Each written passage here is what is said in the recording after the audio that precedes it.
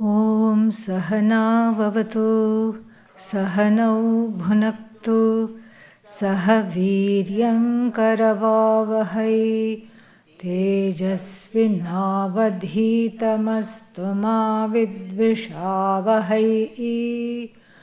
Om Shanti Shanti Shantihi.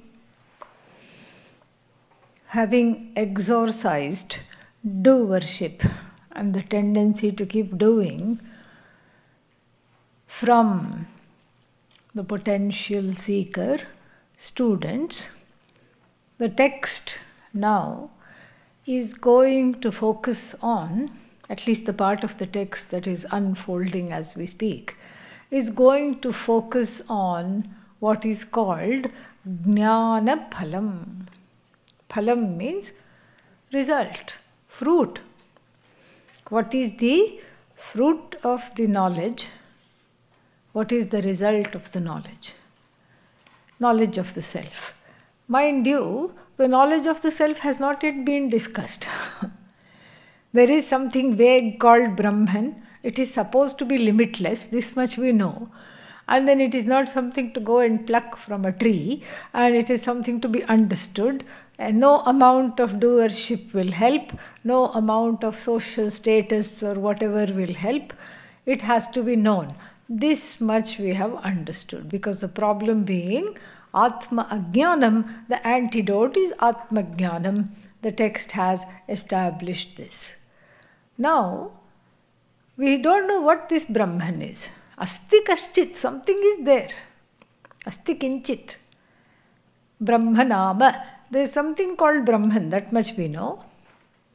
And just like the advertisers of vacations and other wonderful objects, the text has advertised Brahman as this wonderful thing that I want to want. And I want to want that. And there is and then continuing with the advertisement, there are a few verses that give the results of this knowledge. Even before what this knowledge is, it's going to be taught later in the verses 40s, 50s, etc., bang in the middle. But even before the knowledge, the results of the knowledge are given in a concise, précis form. The question is, why? Because, as Adi Shankara says, prayojanam anuddishya mandopi na pravartate. So nobody will embark on this knowledge, even if they are, developmentally challenged. Nobody will embark on this knowledge without knowing what is in this for me. You are asking me to give up all talk, and all I want to do is talk. You're asking me to give up all actions. And I am a doer by birth. Was like that. Everybody is in my family like that. And I was like that even in the last birth and the birth before that. In fact, that's why I am born, because of overdoing. And so now what are you telling me? Leave all talk, leave all action, leave everything that you've been doing, leave all desires, leave all machinations in the mind, planning this, that. Having left, come to Brahman, one come all, to the Brahman ball. And this is what you're telling me. Why should I do all this? What am I going to get out of this? This is a very important thing. If I'm giving up so much, and things that I love. And the book so far has been a killjoy. Okay, yeah. Anything that I love to do, it has quashed. Anything that I want to do. So much so, it's not even letting me talk. Shut up and listen, it is telling me. So naturally I should know. What is it that's going to come? What is this big deal here? What am I getting as a result? After having given up this, given up that, given up everything, and put every ounce of my attention, focus, desire, and commitment to this knowledge, what is it that I am getting? So let us find out. The 21st verse gives a hint of it. Paroksha satphalam karma jnanam pratyaksha satphalam jnanamevabhyaset tasmat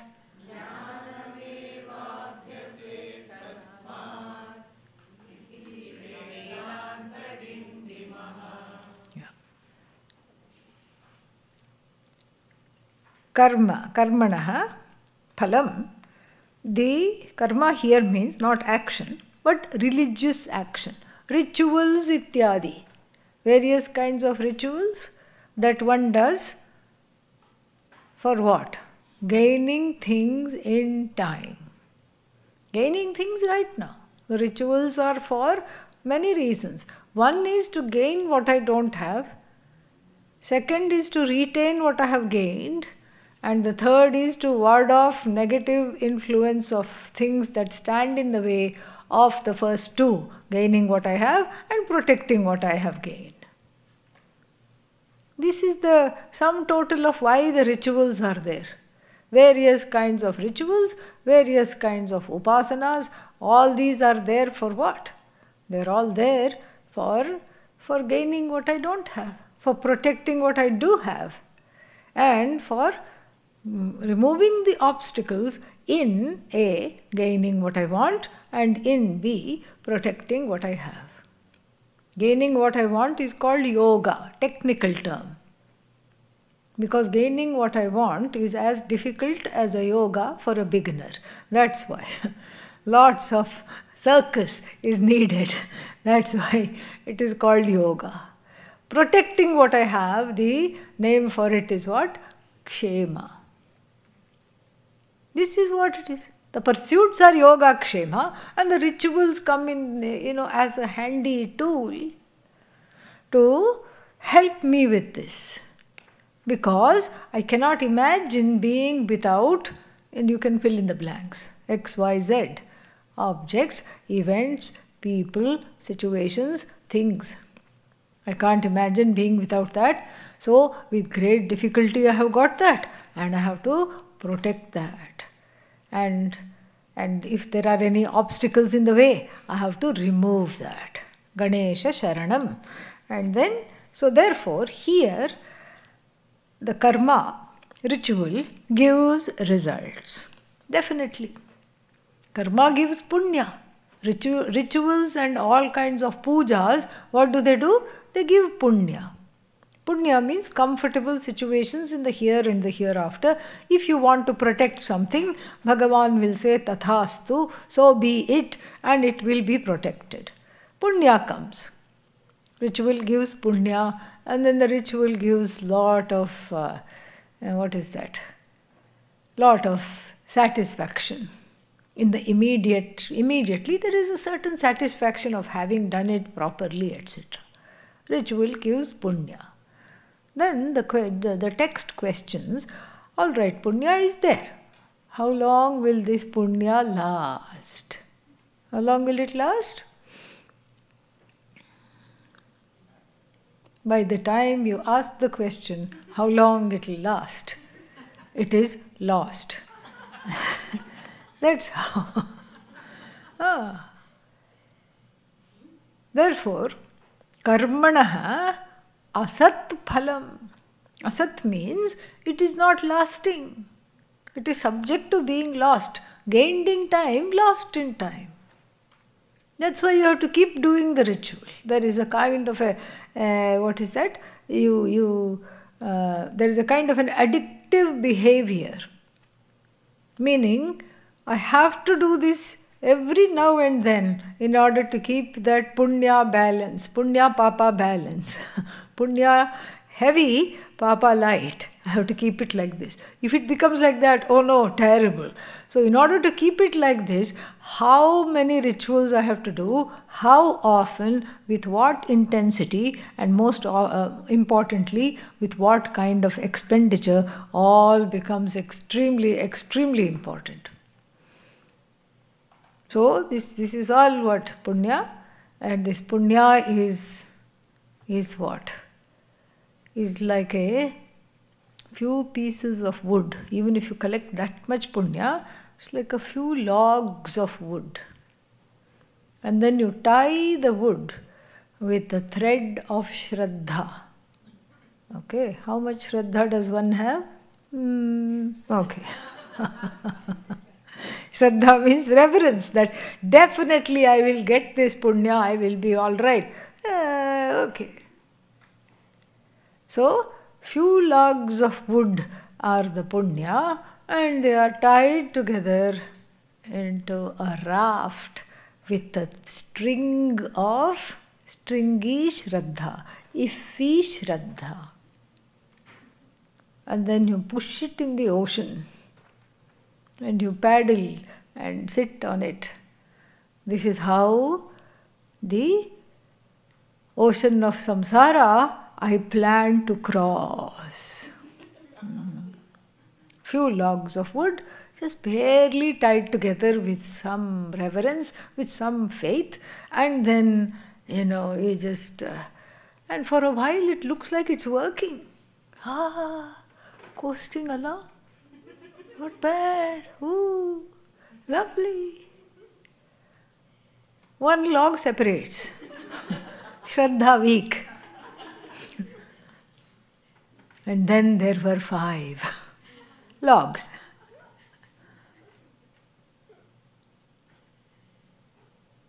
Then what?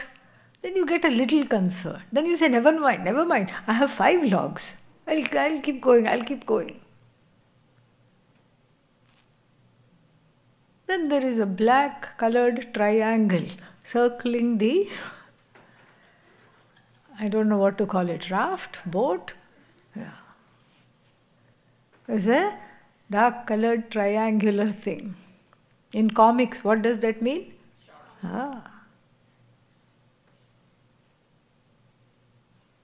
It smells food. You. And then comes up, almost capsizing the whole entire boat, raft, whatever you want to call it. And then with great difficulty you hang on. How many logs are left? 5. Now all 5 of them have a kind of, they have been bitten off. Yeah. You escaped with your foot, but the logs were gone. All 5 of them. Now there is half raft.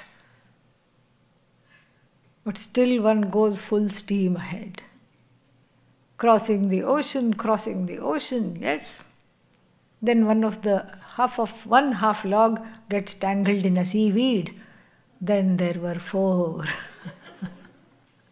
And you can keep on going like this until you come up with an Agatha Christie title of the murder mystery called "And Then There Were None."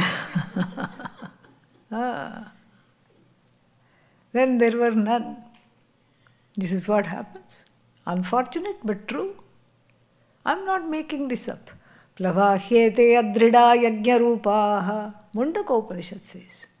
Plava, this makeshift raft, strung together with a few goodies from good actions like rituals, etc. Extremely adrida. Adrida means not very good for crossing samsara, crossing the ocean of samsara, which is actually a notion. This we have seen. Because why are they adrida? Why are they so iffy? They are iffy because they depend on many factors, all of which have to be properly and well done. Ghee. Actually, we don't use ghee. It's ajyam. Butter melted in the rays of the baby sun. In the northern hemisphere, you can kiss yajna goodbye for a few months, where there is no sun, baby or otherwise. Where are you going to do that? Then the bricks have to be a certain way. There should not be any cracks. 16 priests are needed, 4 from each Veda. Good luck finding them. They are an endangered species, okay? And then you need 18 to finish it. Who is the other two? The Yajamana and Patni. The couple who is doing the puja, the husband and wife. They are there. 18. And so this is depending on so many factors. This has to be proper, that has to, and you don't even know if it is not proper. How do you know it's not proper? You don't get the results. Nothing happens. And then there were none. That's what happens. That's how you know, okay, something went wrong. Try again. Fail. Try again. Fail. Try again. Most people, when they fail once or twice, they stop trying. Not the samsarin. Who is the samsarin? The one who is in samsara. The samsarin has a tireless enthusiasm, which is expended in things that do not give proper results. So the result of rituals are, what does it say? So karma or paroksha. Paroksha we saw. What is the meaning of the word paroksha? Remote. Remote. Remote means you don't know when they will fructify. You don't have any idea when they will fructify. It could be right now. It could be in another life, in the future. You don't know. You cannot say, come on, what happened to that yajna? Near perfect yajna I have done, it should come now. Doesn't work that way. Therefore, it is paroksha. It's God dependent. It's not dependent on you. It's dependent on Ishvara, because Ishvara, it's your karma, all right. But Ishvara has the right to give the results. That is not your department. As the famous verse in the Bhagavad Gita says, Karmani eva adhikarahate ma phaleshu kadachana. You have a right to do the action. That's based on free will. But the results are my department. They are not your department, Arjuna is told. So similarly here, you spend a lot of money, spend a lot of effort and do this for this. All karma, all rituals, all actions are done for the sake of results. Nobody is doing the action for the sake of action. What are you doing? Cooking. Oh, you're having some people over? No. Oh, you're going to eat it yourself? No. Then what will you do after you finish cooking? Lunch. I'll start cooking dinner. Nobody says that. You cook in order to eat. You do something in order to get something out of it. Bhogaya karma. All karma is for the sake of bhoga, experience, enjoyment. And so here, the karmaholic, the one who is addicted to karma, is told that the results are, first of all, removed from you. You have no say when they will come. And whether they will come in this life or not, you have no say. And then, secondly, don't read the second word as sat. It is asat.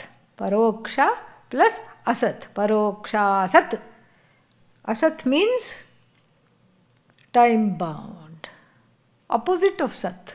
Sat is existence. Asat is non-existent. Non-existent means time bound. Limited. This is karma phala. What about knowledge? What is knowledge phala?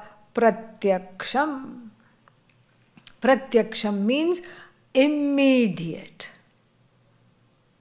You are Brahman. How long does it take? Not very long. especially if the preparation is there, it's instantaneous understanding of myself as non-complaining, non-demanding, non-judgmental, non-critical, appreciative, objective being. This is moksha. And this is something that is there. And this is my nature. And in fact, it is what I want to be. If I ask a question, who loves to complain all the time? Raise your hands. Not many takers will be there. There may be one or two who don't understand the question properly. But if you understand the question and if you know yourself, who wants to complain? Nobody wants to be complaining. Nobody wants to feel that critical of oneself or others, all the time finding fault. Pujya Swamiji used to joke that people who find fault all the time, either they were a proofreader in their last life, because that's the job of the proofreader, finding fault. Or, what's the other possibility? They are getting ready to become a proofreader in the following life. So this finding fault is just so boring all the time. Oh, you missed that. Oh, you didn't do that. Oh, what about this? How come you didn't do this? Why haven't you done this? Looking for gaps everywhere. And this is not me. The complaining person is not me. The critical person, self-critical or others critical, not me. Why you say it's not me? Because it doesn't give joy. Doesn't fill my heart with joy. Complaining makes me bitter, makes me resentful, makes me revengeful, makes me upset with myself and the whole world. Is that how you want to lead your life? Absolutely not. It's a unanimous conclusion. You go to any country and ask, if you could complain all that you wanted to, how much would you like to complain? They will say, I don't want to complain. Who wants to be subjective? No one. Who wants to be self-judgmental? No one. This is what I want. This is what Brahmajnanam, knowledge of Brahman, knowledge that I am Brahman, gives. No more complaints. Fantastic. No more complaints. Not only no more complaints from my side, but when other people complain also, I am able to see the mithyatvam, meaning this does not belong to that person's nature. I am able to separate the person from the complaints. Tell the complaints of the other person to go away and deal with the person, not the complaints. This is very nice. I can do that for myself. I can do that for the whole Jagat. The whole Jagat shines as Brahman. And this, so it is what? Aparoksha. Immediate. Pratyaksha. Pratyaksha means demonstrable. That's why the Brahmajnani is so beloved, because even people who don't have Atmajnanam know Ajnani. They may not know what they know. They may not have the technical language and the finesse and everything to explain. But even that person, perhaps unlettered in the Veda and doesn't even know how to spell Vedanta, will simply say, I like sitting with this person. I feel peaceful. I feel tranquil. This person is great. Why? Because I can see that. It is palpable. It is pratyaksha. It is immediate. You can experience the jnani right away. And you can experience yourself as the jnani right away. There is no mediating factors. How much effort have you put? And the karma phala is dependent upon the effort. And then what? this phala doesn't go away at all. Karma phala goes away, it wears out because it is dependent on the amount of karma exerted. Jnana phala is not dependent upon karma at all, not being dependent on actions, rituals and thereof, but it does not go away. It cannot be stolen. Na chaura haryam cannot be stolen away, cannot be bartered, cannot be taken away by robbers. Nothing. It is you. It is with you. Nay, it is you. So Jnana Phalam is very, very special. So first we know, first having given us a little taste, an appetizer of what Jnana Phalam is, this is what it is said. So therefore what? Tasmat Jnanameva Abhyaset. Please take recourse to knowledge alone. Then further, I think it's verse 26, let me see. Yes, further, verse 26. Karmani chitta shuddhyartham aikagryartham upasana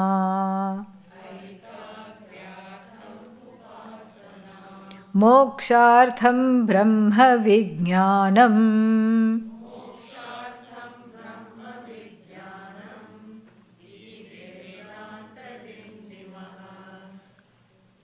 Okay, so, all right, I'm going to leave karma completely.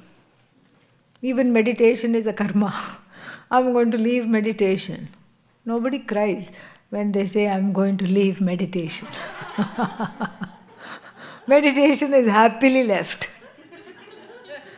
7 o'clock in the morning, half an hour extra, one can sleep. No problem. You want me to give up meditation? Tell me when. Karma also I'll give up. Okay, you're telling me to give up rituals, all these things. I'll give up. And then what? Whole day you only will have to deal with me because I'll be bored and cranky. So I'll just sit in front of your room, or in your room even better, and then bother you. Because I don't know what to do with myself. You have taken away the things I know.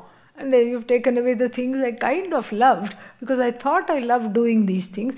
And then you've been bombarding me with what is that called? Aversion therapy. And then in the last few days, you've made me averse to action. And knowledge is, I don't even know where it is. It's yet to come. It's yet to dawn. And then I'm what? Ubhaya bhrashta. Ubhaya bhrashta means neither here nor there. This is who I am. So then what? Then therefore, there is an intervention here on part of the text. It says, no. Don't be in between two places. That's not a nice thing to do. Instead, do what? Do the karma, but with a twist. Do the action for the sake of self-growth rather than being focused on the results. How to do that? Well, if you drop the focus on the result, then the karma itself becomes an end. And when it is prayerfully done, it becomes an end for self-growth. Prayerfully done means it is not leftover karma. It is immediately done on time. Whenever it needs to be done, it is done. Prayerfully done means it is done with love rather than resentment. Every day I have to cook. Here, take. Who will want to eat that food? And how will you not get a stomachache when you eat that food? And prayerfully done means done with mindfulness, awareness, love. Oh, but I can't be loving all the time. I find it very taxing. This is exactly what somebody told me. I find it very taxing to be loving all the time. Okay, Give yourself a couple of hours a day. 1 hour in the morning and 1 hour in the evening. Be unloving. Be unfriendly. Don't be around people, that's all. In your house, when you're by yourself, in your room or somewhere in open space, Shanti trail comes to mind, twice a day, be unloving, unfriendly, and do whatever you want to do. Rest of the time, loving and friendly. But the thing is, when I'm loving and friendly, I don't want to be loving and friendly. That's where the growth is.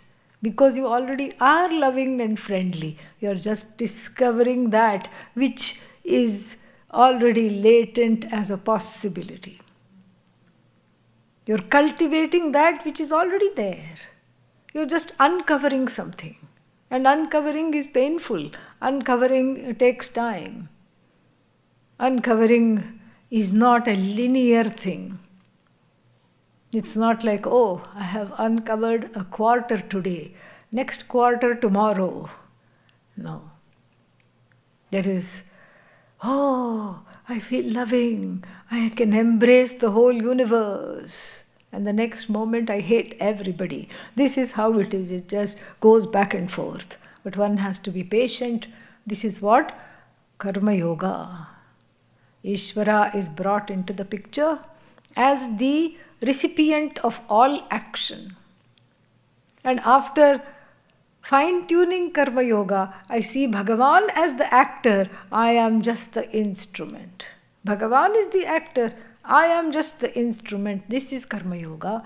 And the results of action, prasada. Prasada is very nice. Oh, prasada, wonderful.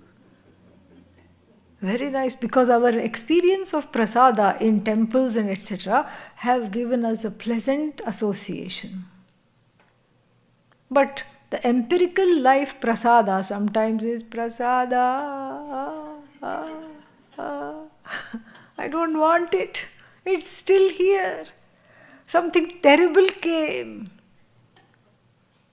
Completely unexpected came. I had planned everything so carefully. I had this wonderful thought and I had this wonderful planning. I took care of all the known variables.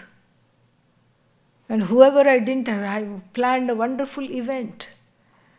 And I weeded out all the troublemakers, uninvited them, so that they would not come there and cause friction, problems, etc. Still they gate crashed. Don't know how. I even changed the venue so that nobody knows where it is. Still somehow they found out and invited themselves and caused a havoc. Prasada. Prasada. Still prasada. Frustrating prasada. But still prasada. It's not about developing stoicism. It's not about saying, I am a jnani. Oh, did you just have a stroke or something? No, I am a jnani. That's why. Na hrishyati priyam prapya. Meaning, when something wonderful happens, the jnani doesn't jump up and down. I read this in the Bhagavad Gita. So, you have won a lottery. Mega millions after 10 weeks of there being no winner. You have it all.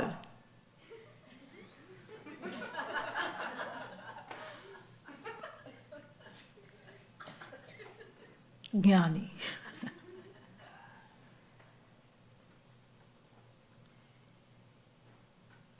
There is some bad news. Your spouse passed away.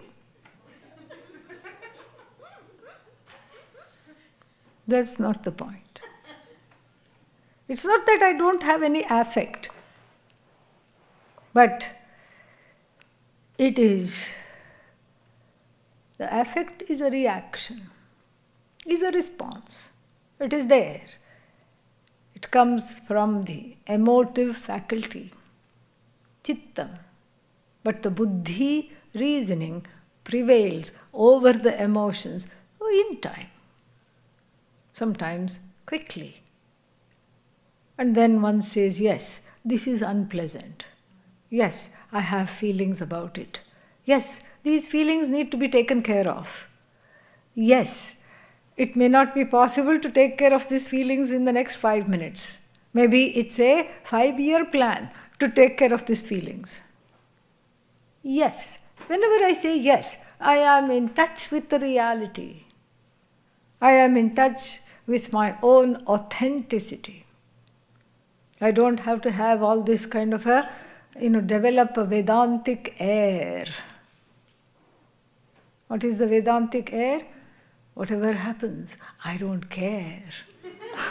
That is the Vedantic air. Unnecessary. Vedanta is not about not caring.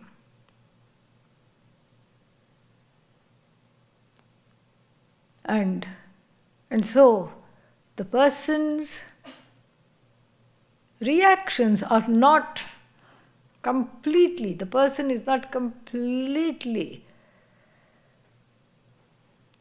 whisked away by adversity or carried away by wonderful things. The person is a person of moderation.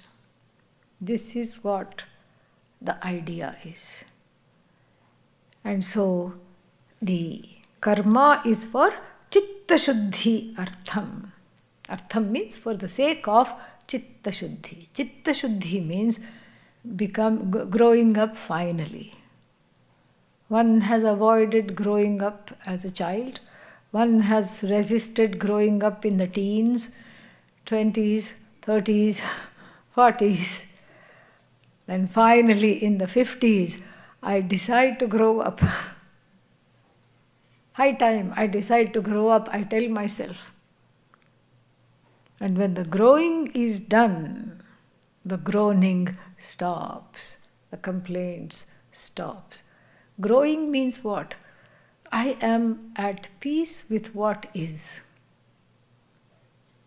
That doesn't mean I'm fatalistic. That doesn't mean that, everything I have to just accept and everything is predetermined and I'm just so sad. No.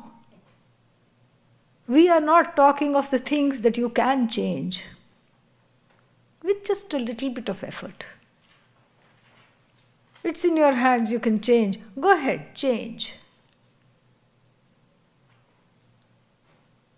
But we are talking of things which cannot be changed. You hit your head on the wall, it cannot be changed. You try this, try that, try every which way, you manipulate everybody and everything in the corners of the earth, and still you find that it cannot be changed. That is when you have to say, yes, I accept. Even if you don't mean it, you have to say that, because saying that makes you mean it over time. Yes, it is okay. But it's not okay, the mind says. And then what do you say? It is okay that it is not okay. That also is not okay. It is okay that it is not okay, that it is not okay. Somewhere you have to stop. Accept what is. And if you cannot accept what is, accept the non-acceptance of what is. No, I can't accept the non-acceptance. Accept the non-acceptance of the non-acceptance. Shall I go further? No, okay. Somewhere you have to say yes. Saying yes to life is preparation for Karma Yoga. Since we were a 2-year-old, what is its favorite word? No, no. The favorite word of the Vedantin or the Vedantin wannabe is yes. Yes. Whatever comes, yes. The mind wants to say no, but somewhere I make a break from this conundrum of, what is that called? Infinite regress. And I say yes to life, yes to the situation. That is acceptance. So this is the gift of karma. Karma first is thrown out violently on the streets. Why? Because it had crowned itself a king. Where? In the antahkarana. Karma had crowned itself as the king and then was tyrannizing everybody and everything else. Was dictating the rules. Action was dictating the rules of engagement and tyrannizing everyone else by enacting a coup. Then finally, with Bhagavan's grace, the coup was unsuccessful. Thrown out. Karma is thrown out. And then it sits and cries. It begs to be let back in. Are you going to let it in? Yes. Through the back door. In every business, there is a place where all the clients enter, and then back door is what is called service entrance, where all the delivery trucks, everything, even here, in the back of this lecture hall, there is a service entrance.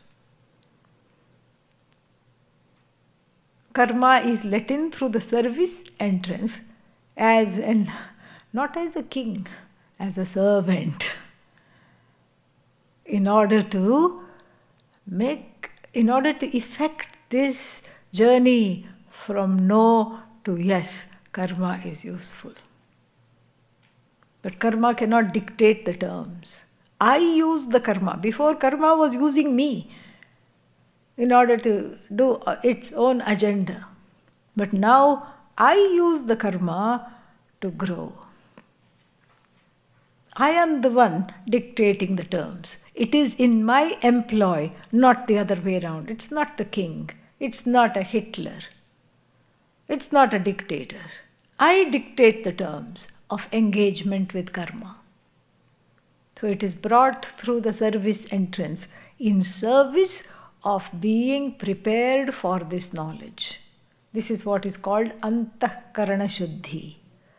After a while of saying yes to the situation, yes to other people, no matter how hard they are to get along with, yes to everything, then I am ready to say yes to the knowledge when it comes. Because I have practiced saying yes. When I say yes to the Jagat, when I say yes to the people, when I say yes to the situation, I am saying yes to Ishvara. Because what is Ishvara. That we'll see later. But then, this is what? So, this is the fruit of Karma Yoga, is what is called Chitta Shuddhi, inner preparedness to say yes to the knowledge. And then what? So, the person doesn't have a lot of raga dvesha as a result of this Karma Yoga. The heart is clear of pain, prejudice, preferences, resentment, anger. Then why is the knowledge not coming? Can't focus, that's all. All over the place. It's like the head is filled with butterflies. Butterfly buddhi. Flitting, floating everywhere.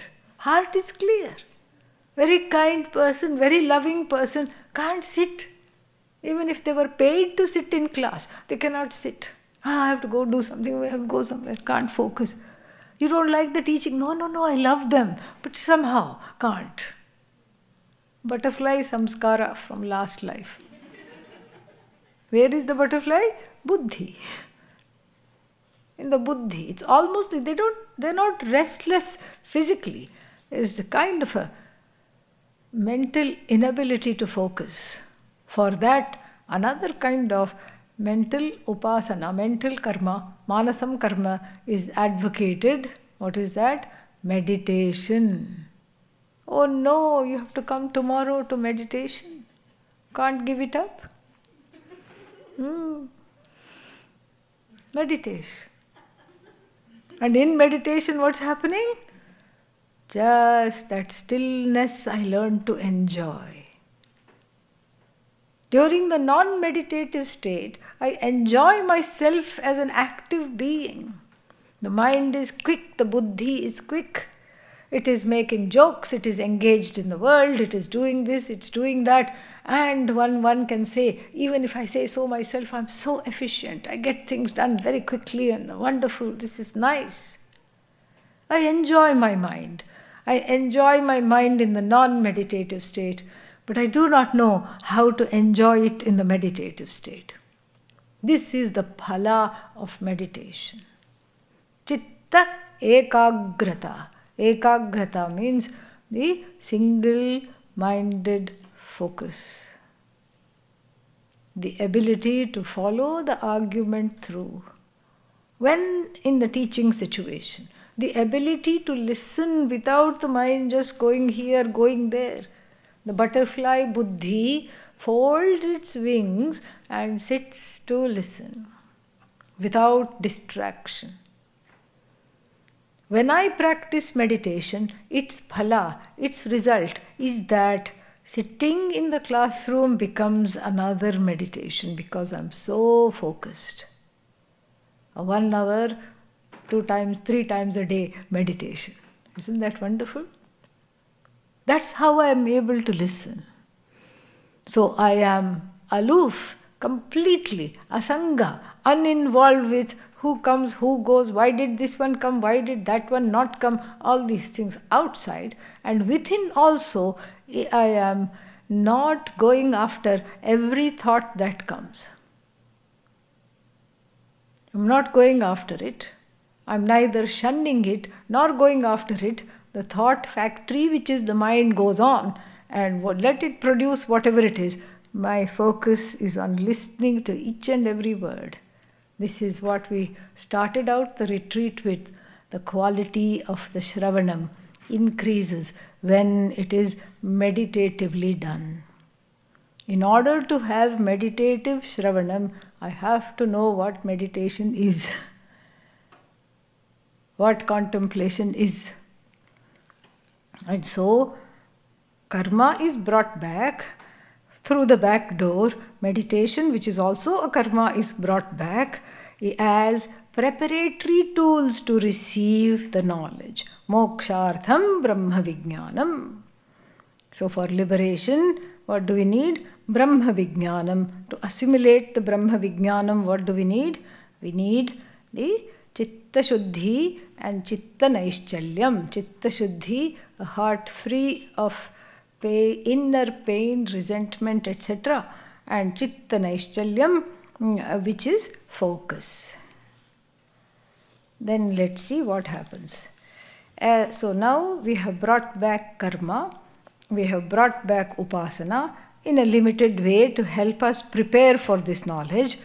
Going along with now the specific results of the knowledge, which will be proclaimed through drum beat number 27, 28 and 29. Sanchita gami karmani dahyante jnanavanhina prarabdhanubhavan mokshah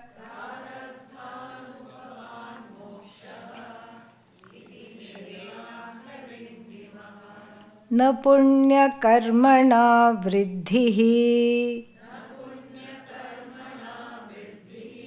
न हानिः पापकर्मणा नित्यासङ्गात्मनिष्ठानाम्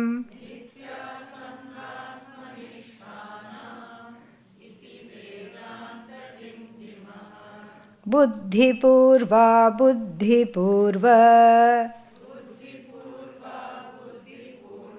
कृतानां पापकर्मणां प्रायश्चित्तमहो ज्ञानम्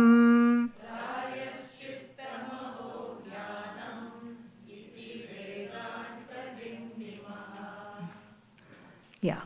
So 27 says that the points out the first and the most attractive result of the Atmajnanam. What is that? What is the most attractive result? Karmas are burnt. Oh, that sounds nice. Karmas are burnt. And what is the problem in life? What is it due to? Karma. All kinds of karmas are there. The karmas that have to be endured in this life, that itself is so many. So many things. So, God only knows what diseases will come. God only knows what the death is going to be like. Whether it's going to be a lingering one or a quick one, both have their advantages and disadvantages. Lingering one means I have time to say goodbye. Quick one means I don't. But then quick one means I'm not dependent on anybody to take care of me. Like this, we don't know what it will be. Difficult. Every day, the prarabdha karma is like a suitcase that is full, which is sent with the jiva at birth. Oh, I can look into it. No, it's locked. Where is the key? With Chitragupta. Chitragupta is a iteration of Bhagavan who is in charge of karma. He only knows the combination of how to open the suitcase. And the blessed thing keeps opening whenever it feels like, and then something comes out. Either something pleasant or unpleasant. Over that I have no control. No control at all. I have to confront what comes.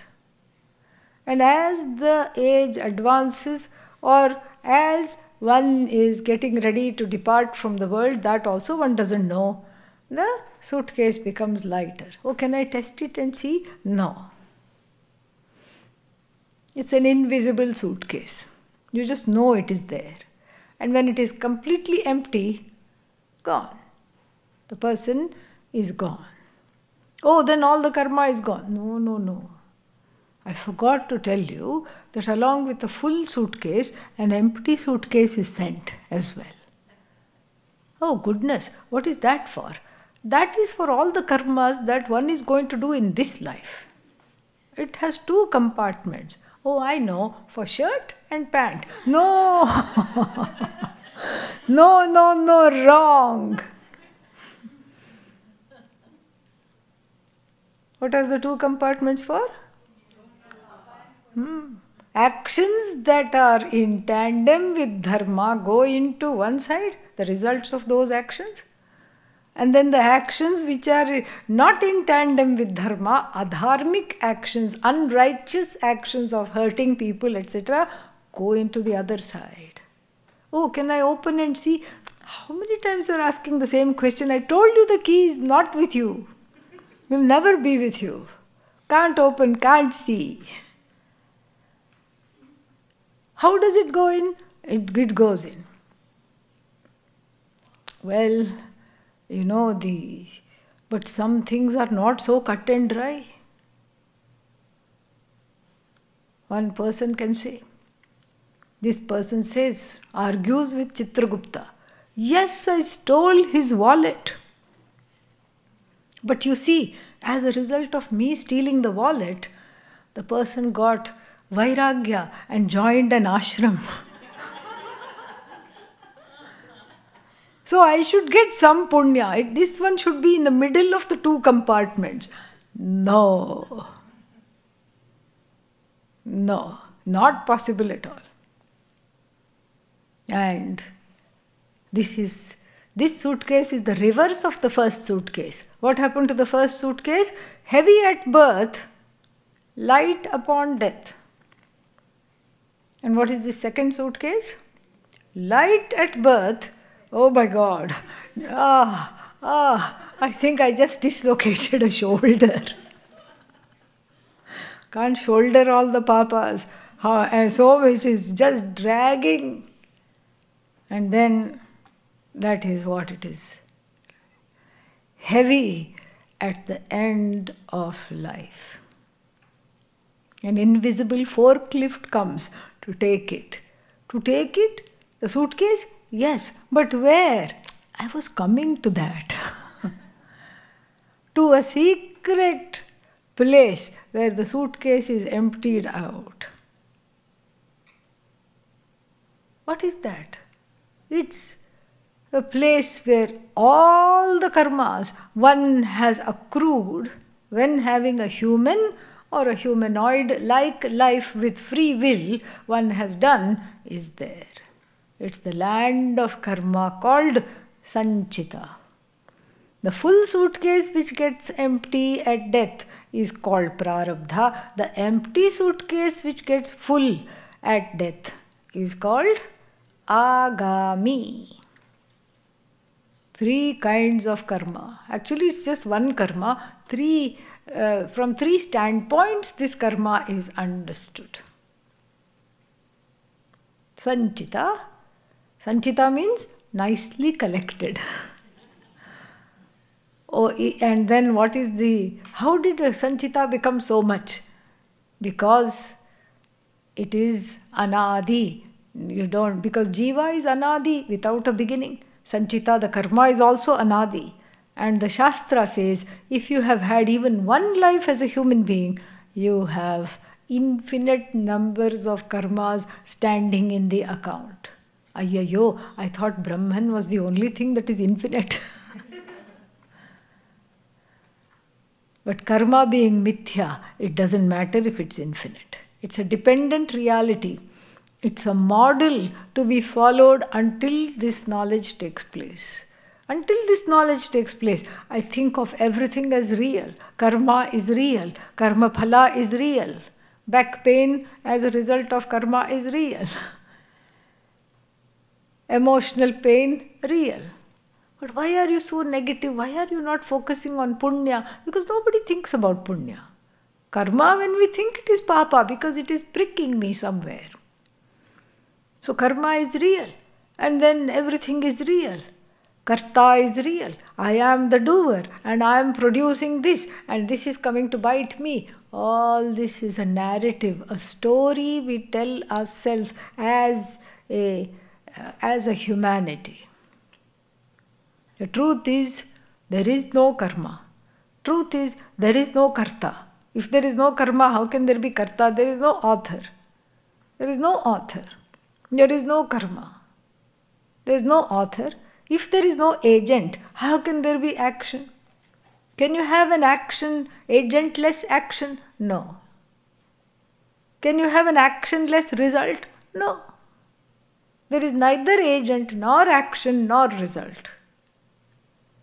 This is the truth. No, I just can't believe this. How is that possible? Every action has a result. Yes.